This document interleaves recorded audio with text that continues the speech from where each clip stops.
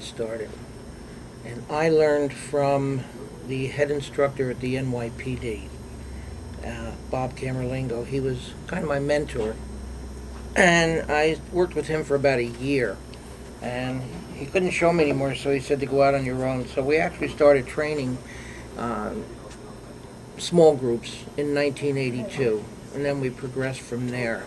1986, we started Misty Wood Shepherds. Misty Wood Shepherds developed because living in Florida, there was a need. We had several trainers in our area, but none of them produced a program that took in the entire dog life cycle, from feeding to training to grievance when they passed away to their children, etc.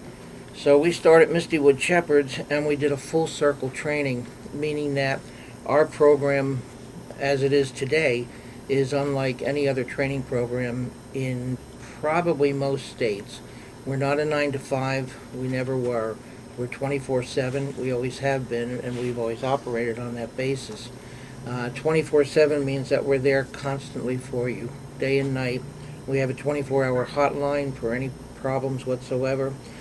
Incorporated with the basic training, we do behavioral training. I'm in Florida, a state registered canine nutritionist. We do nutritional diets for people, and our training program is as such. We go through the 7-week basic training course.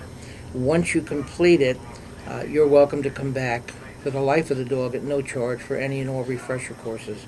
Nobody else does that or ever did it. Along with that, we have a 2-hour seminar at the beginning of each course based on nutrition, behavioral problems, etc. Anybody that needs extra training other than the regular scheduled training sessions can call me day and night. We're on call and we'll be there. We also offer the course in both English and or German, because in all the police departments we found that training in German updated the dog to a higher form of learning. He held it longer, he enjoyed it more, and it gave the kids especially something to work with, the German language, and they liked it, and they picked it up fast. And a lot of the adults and a lot of the seniors started picking up the German. So now we have about 50-50 in all our classes with doing German and English. The German is much better for the dog, much better for them. So we like to do as much German as we can. So we offer that. Nobody else does that. Once you complete the course, at the end of the course, we teach CPR, mouth-to-nose resuscitation, CPR, and the Heimlich method. Nobody else does that I'm aware of in this area. Nobody did it in Florida. So we were the first 24/7 training group in Florida. We had 4 schools there. I just have the one here at Jackson Park because technically I retired a few years ago. The county needed a training person to offer classes, so I offered my services. The highlight of my career in training was in 2002. I was called by an outfit in Arizona, and they told me that through their sources, I was selected as one of 5 trainers in the United States to represent the United States at a 5-day conference in a breeder of the German Shepherds. And the conference was on the German Shepherds and the Labrador Retriever. So I spent 5 days with 5 other trainers in France from throughout the United States. The seminar was represented by 22 nations and 240 representatives from around the world, from Mombasa to England to the Soviet Union, all over, and it was a wonderful experience. And it was an honor to be chosen one of 5 trainers in the United States. Being a registered nutritionist, a breeder, and a trainer, it just added to it because they were looking for the all-around person.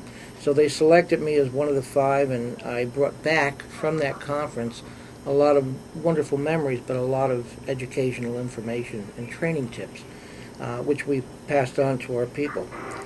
And then I retired in 2005, and that lasted for 3 weeks. And I just couldn't stay away from the dogs.